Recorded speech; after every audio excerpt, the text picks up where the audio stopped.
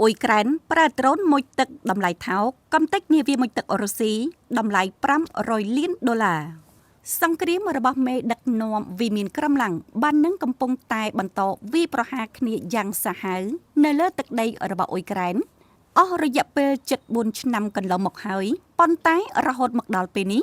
អ៊ុយក្រែនចាប់ផ្ដើមមានលទ្ធភាពផលិតដ្រូនហោះហើរនៅលើអាកាសវាយប្រហារទៅលើលំនៅឋានរបស់លោកប្រធានាធិបតីវ្លាឌីមៀពូទីន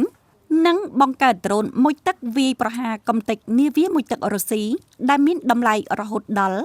ជាង$500 លានអាមេរិកថែមទៀតផងបើតាមសេចក្តីរាយការណ៍នានាបានឲ្យដឹងថា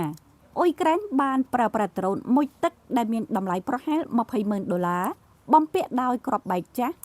នាសម័យសហភាពសូវៀតត្រូវបានរៀបចំឡើងដើម្បីកំទេចនាវាមួយទឹករបស់រុស្ស៊ី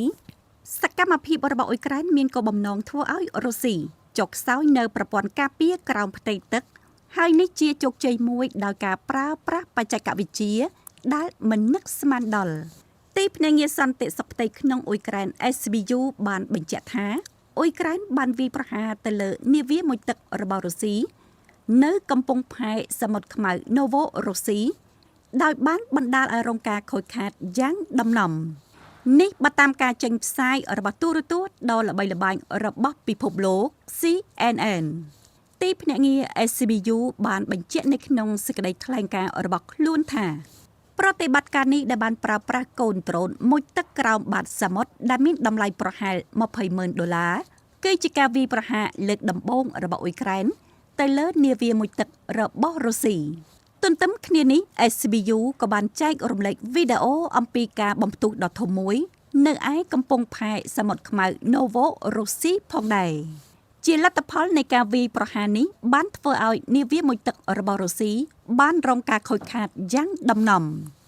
ស្របគ្នានេះដែររុស្ស៊ីបានទទួលស្គាល់អំពីការវាយប្រហាររបស់អ៊ុយក្រែនតែវាមិនបានធ្វើឲ្យខូចខាតដល់នាវានិងនាវាមួយទឹកនោះឡើយបើតាមទីភ្នាក់ងាររបស់អ៊ុយក្រែន SBU បានឲ្យដឹងទៀតថានាវាមួយទឹករុស្ស៊ីប្រភេទ Kilo Class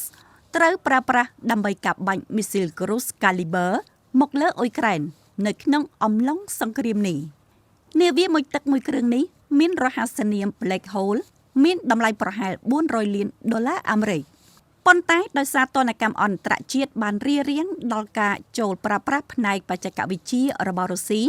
ទើបធ្វើឲ្យការសាងសង់នាវាមួយទឹកស្រដៀងគ្នាឥឡូវនេះអាចចំណាយកើនឡើងរហូតដល់$500 លាន